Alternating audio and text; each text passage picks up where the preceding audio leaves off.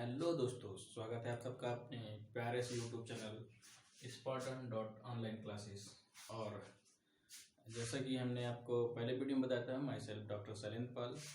और मैं आप सबको इस चैनल पे बायो के बारे में बताऊंगा, जो कि हम लोग अभी डिस्कस करने वाले नीट 2021 के बारे में, जो हमारा हिंदी और इंग्लिश दोनों लैंग्वेज में बात किया जाएगा। जो बायोलॉजी क्लास एनसीईआरटी 11th के बारे में बात किया जाएगा, चैप्टर नंबर, जो बायोलॉजी क्लास 11th के एनसीईआरटी में एक चैप्टर नंबर 4 है, जिसमें एनिमल किंगडम है, चैप्टर नंबर 4। और आज हम लोग एनिमल किंगडम के बारे में बात करेंगे, ठीक है। एनिमल किंगडम में सारे के सारे मेंबर्स जो होते हैं वो मल्टी सेलुलर होते हैं, यूकैरियोट्स होते हैं। मल्टी सेलुलर मतलब कई सारे बिलियंस ऑफ सेल्स मिलकर बने होते हैं। यूकैरियोट मतलब इनके कैरियोन मतलब होते हैं न्यूक्लियस के ऊपर कवरिंग होती है, और जो प्रोकैरियोट्स होते हैं उनके न्यूक्लियस के ऊपर कवरिंग नहीं होती। यूकैरियोट्स में जो होते हैं, जो मतलब प्रोकैरियोट मतलब न्यूक्लियस के ऊपर ट्रू कवरिंग पाई जाती है, जो यूकैरियोट्स में आते हैं। और एनिमल किंगडम के अंदर हम लोग बात करेंगे कि कैसे कहाँ से एनिमल किंगडम शुरू होता है और कहाँ तक जाता है।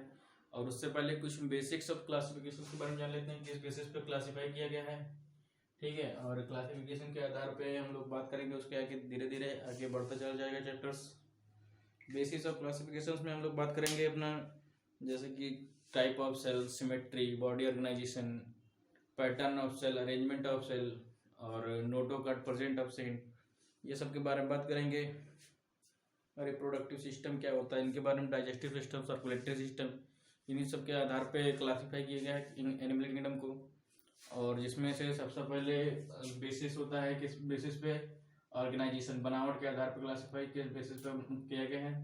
फर्स्ट में हम लोग बात करेंगे लेवल ऑफ ऑर्गेनाइजेशन, जो कि लेवल ऑफ ऑर्गेनाइजेशन में सबसे पहले सेलुलर लेवल ऑफ ऑर्गेनाइजेशन आता है, जिसमें एक ही प्रकार की कई सारी सेल्स मिलके एक लूज एग्रीगेट मतलब लूज सेल का एक गुच्छा बनाती हैं, और जो सारा सेल अलग अलग सारे काम एक ही सेल करती है, जिसमें कि हमारे स्पॉन्स आते हैं जो कि लूज सेल एग्रीगेट से बने होते हैं, उनको सेलुलर लेवल ऑर्गेनाइजेशन बोला जाता है। और जो सेल्स कुछ सेम प्रकार के सेल इकट्ठा होकर कुछ स्पेशलाइज्ड हो जाती हैं, टिश्यू में बदल जाती हैं।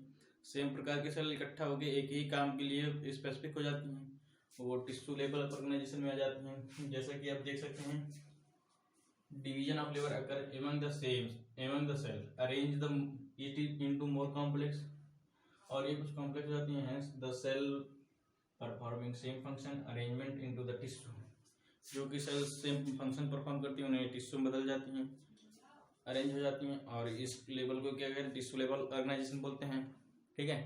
जिसमें हमारे सेल टेट्स आते हैं।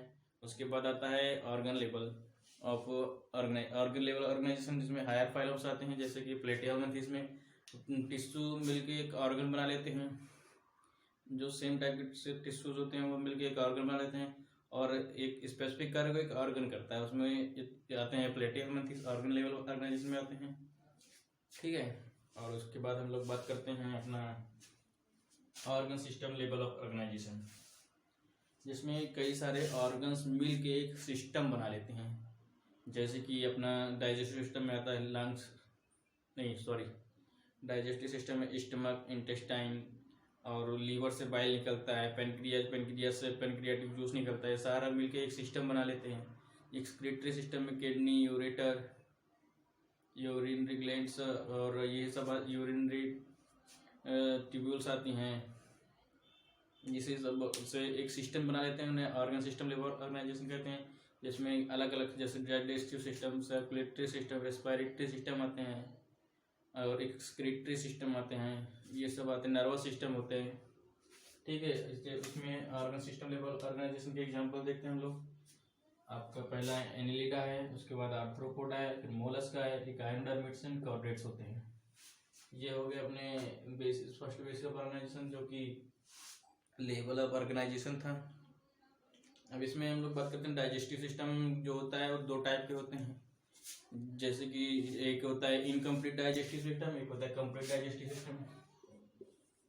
डाइजेस्टिव सिस्टम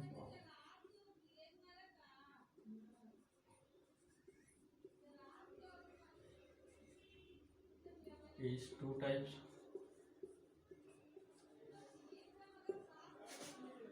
One is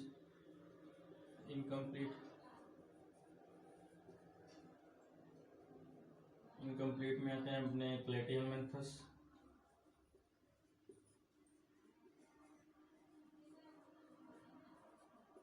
प्लेटिहेलमिन्थस में एक ही ओपनिंग होती है, ठीक।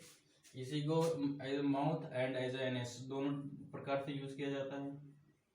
और इनकम्प्लीट डाइजेस्टिव सिस्टम में एक ही ओपनिंग होती है और इसी में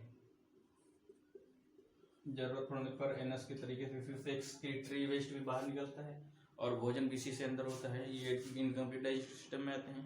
और दूसरा अपन क्या होता है, complete digestive system.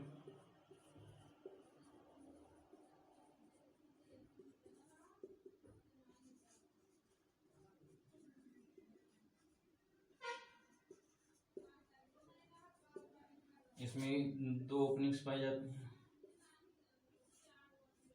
First one is mouth बोलते हैं और सेकंड वन इसको एनएस बोलते हैं। इन सब के बारे में हम लोग बहुत डिटेल में डिस्कस करेंगे। जो अपना डाइजेस्टिव सिस्टम चैप्टर अलग से उसमें डिस्कस किया जाएगा। और इसमें शॉर्ट अपना बेसिक से जो स्पीड से समझ लेते हैं किस आधार पे आपको डिवाइड किया गया है, ठीक है। ये हो गया अपना डाइजेस्टिव सिस्टम, जो दो प्रकार के होते हैं, इनकम्प्लीट डाइजेस्टिव सिस्टम प्लेटिहेलमिन्थस में, और कंप्लीट डाइजेस्टिव सिस्टम इसके बाद प्लेटिहेलमिन्थस के बाद अपना आता है एनिलिडा, आर्थ्रोपोडा, मोलस्का, एकार्डियमिटा, हेमिचोर्डिटा, कॉर्डेटा। इन सब में कंप्लीट डाइजेस्टिव सिस्टम पाया जाता है, टू ओपनिंग्स पाई जाती हैं, ठीक है। और उसके बाद अपन लोग बात करेंगे सर्कुलेटरी सिस्टम पे।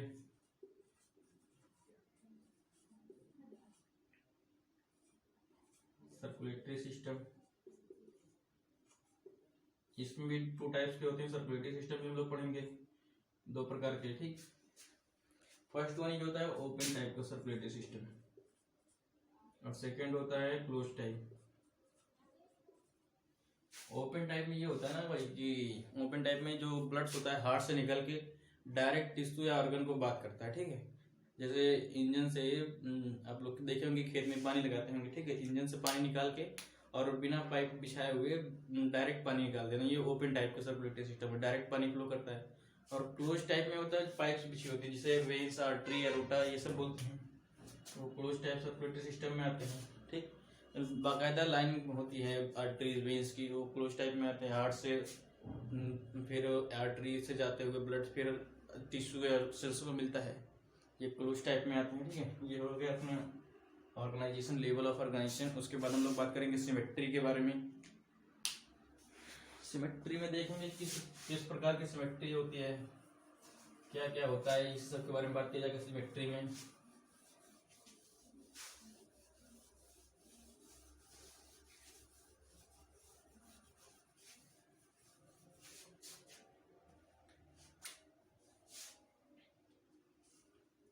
सेकेंड वन है अपन का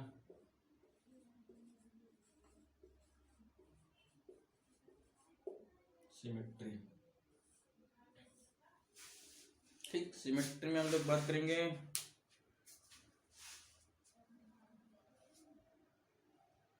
अब सिमेट्री जो होती है, तीन प्रकार की सिमेट्रीज पाई जाती हैं अपने एनिमल किंगडम में। फर्स्ट वन जो होता है एसिमेट्रिकल,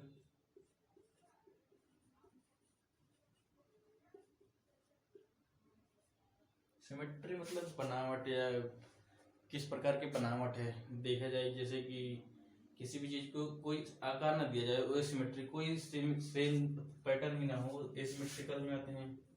एसिमेट्रिकल में आते हैं अपने स्पॉन्ज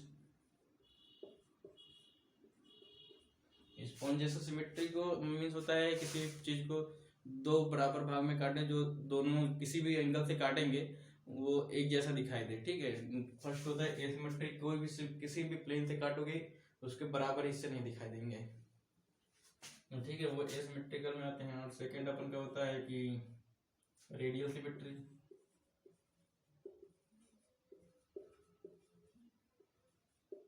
रेडियल सिमेट्री में ये होता है जैसे अपन लोग बात करते हैं, एक फूल की बात कर लेते हैं, ठीक। अब इसको इससे काटेंगे तो ये इधर चला गया, अब बराबर मिल गया एक हिस्सा इसका, ज़्यादा इसका। और अगर हम लोग इसको इस प्रकार से काटेंगे तब भी हो जाएगा। और इस प्रकार से काटेंगे तब भी बराबर बराबर मिल जा रहा है। ये रेडियल सिमेट्रिक मतलब किसी भी प्लेन से काटेंगे दो बराबर भाग में दिखाई देगा। जैसे ये रेडियल सिमेट्री में आते हैं, रेडियल सिमेट्री में अपना आता है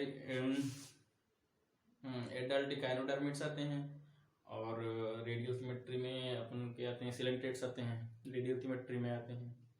रेडियल में फिर बायलैटरल सिमेट्री तीसरा जो होता है अपना वो बायलैटरल सिमेट्री होता है, बायलैटरल सिमेट्री। ठीक, बायलैटरल सिमेट्री मतलब एक ही प्लेन से दो बराबर भाग में दिखाई देना। ठीक,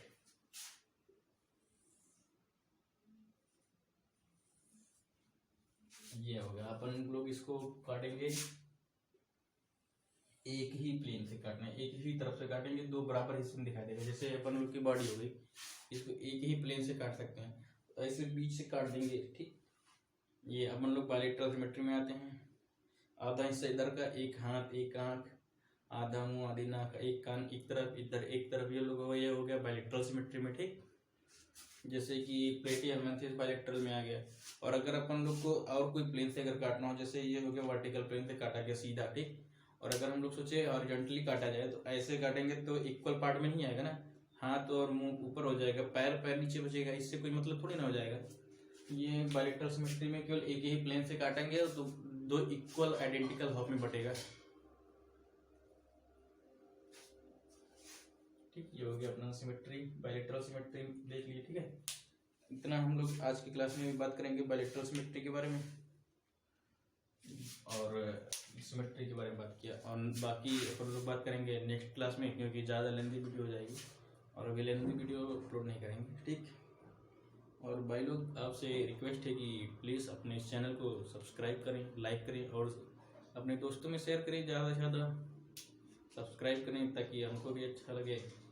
और अगर कोई त्रुटि होती तो ज़रूर आप कमेंट में बताएं, तो हम लोग उस पर काम करेंगे, वॉइस में या विजन में, विजुअल में, किसी भी तरीके का। और हम लोग इसी पे धीरे धीरे बात करेंगे और अच्छे से अच्छा कंटेंट प्रोवाइड कराएंगे। थोड़ा स्पीड हो जा रहा है, स्पीड में देखेंगे क्योंकि समय अपन के पास बहुत कम बचा हुआ है। और बाकी आगे क्लास में बात किया जाएगा एनुअल गिवनिंग के बारे में। सिमेट्री दो बेसिस पढ़ चुके हैं, लेवल ऑफ ऑर्गेनाइजेशन और सिमेट्री। उसके बाद अपन लोग बात करेंगे सीलोम के बारे में, डिप्लोप्लास्टिक बात करेंगे, सीलोम में बात करेंगे, फिर नोटोगार्ड की बात करेंगे, सेगमेंट के बारे में बात करेंगे। उसके बाद अपन लोग आ जाएंगे फाइलम्स के ऊपर, जो कि अपन के पास 11th फाइलम है। ठीक है, आज इतना ही। और प्लीज़ भाई लोग सब्सक्राइब करें, लाइक करें और शेयर करें, ज़्यादा से ज़्यादा सब्सक्राइब करें। और सब्सक्राइब करने के बाद बेल आइकन को जरूर दबाएं ताकि जो न्यू वीडियो अपलोड किया जाए वो आपको नोटिफिकेशन मिल जाया करे। ठीक है, थैंक यू।